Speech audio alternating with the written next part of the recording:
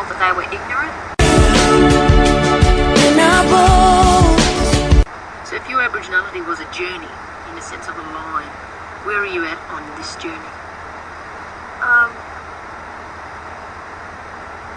I see it more as, I can't see it as a journey at the moment. I see it more as a present.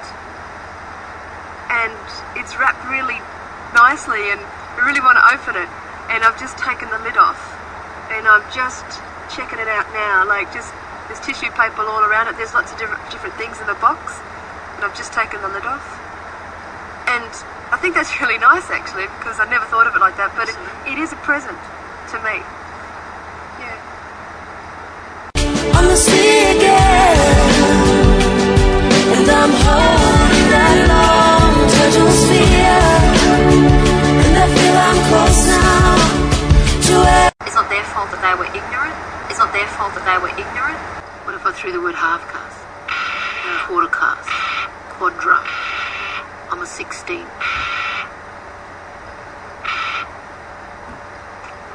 Sorry, I find that really insulting, all those kind of words. I just think it's a language that doesn't even come into my kind of way of talking. Like, you're not part of this, like, you're Aboriginal. It doesn't matter what tone of fucking black you are black. You know what I mean? And I think it's also about how strongly you choose to identify with that as well, you know what I mean? We don't mind if you call us fair-skinned blackfellas. We don't mind if you call us that nice yellow tan coffee colour one. And we don't mind if you call us that black real black one. Space, which Purcell is. Don't call us fucking half caste, quarter caste, 1/8, 1/4, fucking 3/4. That's bullshit. Because you're denying our grandparents, our parents, our grandparents, everyone who has gone before us. You are denying that from us, by saying that kind of shit. And it hurts. It does hurt. It hurts. It must be my island home is waiting for me. It's not their fault that they were ignorant. It's not their fault that they were ignorant. In one of the words that I used in describing, family life, I said struggle. And a lot of that had to do with Dad's shame of being Aboriginal. We were brought up to kind of not associate with blackfellas. I never hung out with blackfellas a lot. Dad didn't really want us to. And Dad was brought up in that generation of men and women, our parents and our grandparents at a time that were under the White Australia policy. Be Aboriginal was considered scum of the earth, you weren't treated as people. And I see that's the thing, I had no knowledge about a lot of those policies going through high school. We were never taught anything, like I didn't know about assimilation, protection, any of those things that were set up by the government, historically. And so I guess that's where my kind of ignorance came from, and not understanding why there was so much shame there. And it was through my own education in university that kind of, that I figured it out. Yeah.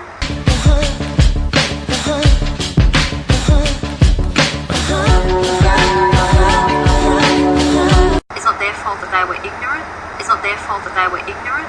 I realised I was Aboriginal because up until grade 7 I didn't know, and other people didn't tell me, or my friends didn't know. When you say you didn't know that you were Aboriginal, what do you mean by that, to grade 7? Exactly that. One day my friends were my friends, the next day they're all calling me Coon and Abbo and asking all these questions.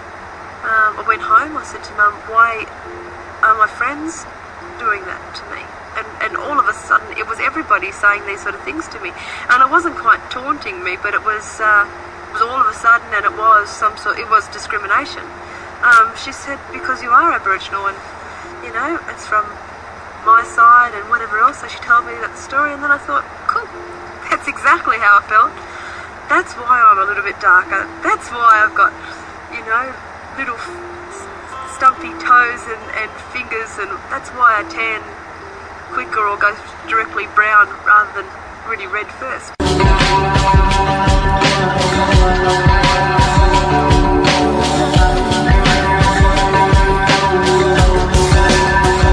It's not their fault that they were ignorant.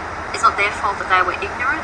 Here, in that part of me feels that I shouldn't be at this table, and even more surprised to be part of the documentary because I didn't know until I was in grade 7, and my friends told me before I knew, and so after that I guess I was much more aware, but obviously I'm not as dark as others here, and I haven't been brought up, I don't know the tribe that I'm from, I don't know a lot of language, I don't know a lot of the lifestyle, I don't know the terminology that sometimes you use, and I just feel, God, I just don't want to be in this if I paint a bad picture of not knowing my heritage.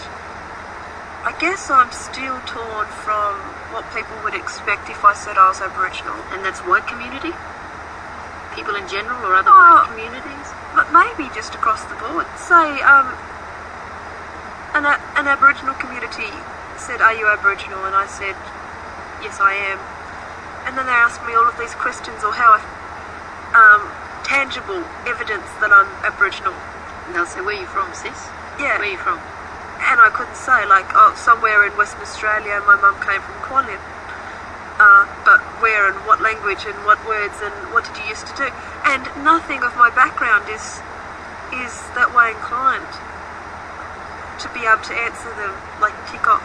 I guess when I say part of Aboriginal, it's almost preparing them for me not having all of the answers. I come from the salt water people. It's not their fault that they were ignorant. It's not their fault that they were ignorant. It was in the library, and I remember my friends sort of coming, and they sort of really nervous around me. And I said, "What's wrong?" And they were sort of looking at each other, didn't know really what to do. And one of them, he just couldn't bear it anymore. He was one of my best friends, and he said,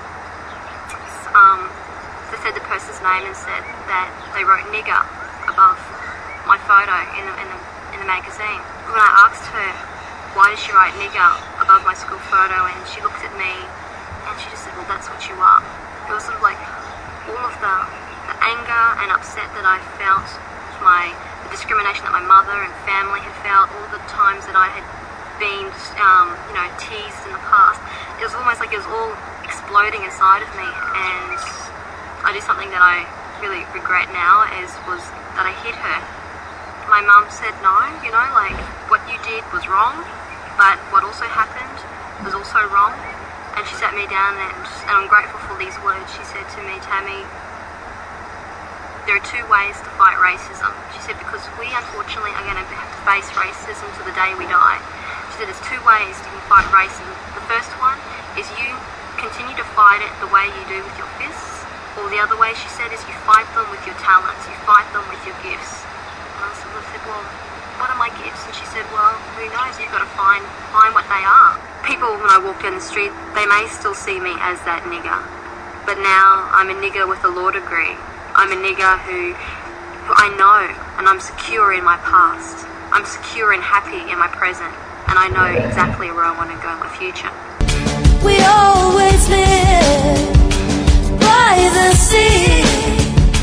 Now I'm down here living in the city. It's not their fault that they were ignorant. It's not their fault that they were ignorant. I was watching the Jackson 5. It was a mini-series on TV, and on the first night there was an ad break, and it said that Michael Jackson wanted to have this World Children's Conference. I was notified that I had to either write a letter, draw a picture, write a poem, do something outlining the biggest problem, what I feel that the world faces. I was 14, just turning 15, and I really wrote from the soul and spoke about that racial discrimination, racial inequity is the biggest problem that this world faces. I was selected to be one of 2 Australian ambassadors selected out of 45,000 Australians. And then I was notified that I'd been selected to be the spokesperson. They said, "Have you spoken to media before?" And I said, "Yeah, the gimpy times." After welcoming the group, Jackson left the talking to 17-year-old Tammy Williams, one of several Australian children taking part. I think it's a great opportunity. I'd like to thank Mr. and Mrs. Jackson for opening their hearts and their homes to allow us to have the conference here, and we're all very, very excited. My mum used to daydream about going on a big plane, going overseas, going to see where the movie stars lived. And that was why going to America in the first instance was so special to me, was that I could help my mother fulfill her dream. Because she instilled in all of us, dreams are all what we have. It doesn't cost you anything to dream. With my name and the family and my island home, my island home, my island home. It's not their fault that they were ignorant. It's not their fault that they were ignorant. My mum, as a young Aboriginal woman, grew up on Cherbourg community, not far from Gympie, and basically lived under the Act, where, along with her family, where all the lives of Indigenous people who lived on Indigenous communities, missions at that time, all their lives were controlled by the government, from, you know, the religion you could practice, to, you know, food rations, to employment. It's waiting for me, my island home, my island home, my island home is waiting for me, my island home, my island home. It's not their fault that they were ignorant. It's not their fault that they were ignorant. My island home is waiting for me. So if your Aboriginality was a journey, in the sense of a line, where are you at on this journey? I see it more as, I can't see it as a journey at the moment. I see it more as a present. And it's wrapped really nicely, and I really want to open it. And I've just taken the lid off. And I'm just checking it out now. Like, just, there's tissue paper all around it. There's lots of different things in the box. And I've just taken the lid off. And I think that's really nice, actually, because I never thought of it like that. But it is a present to me.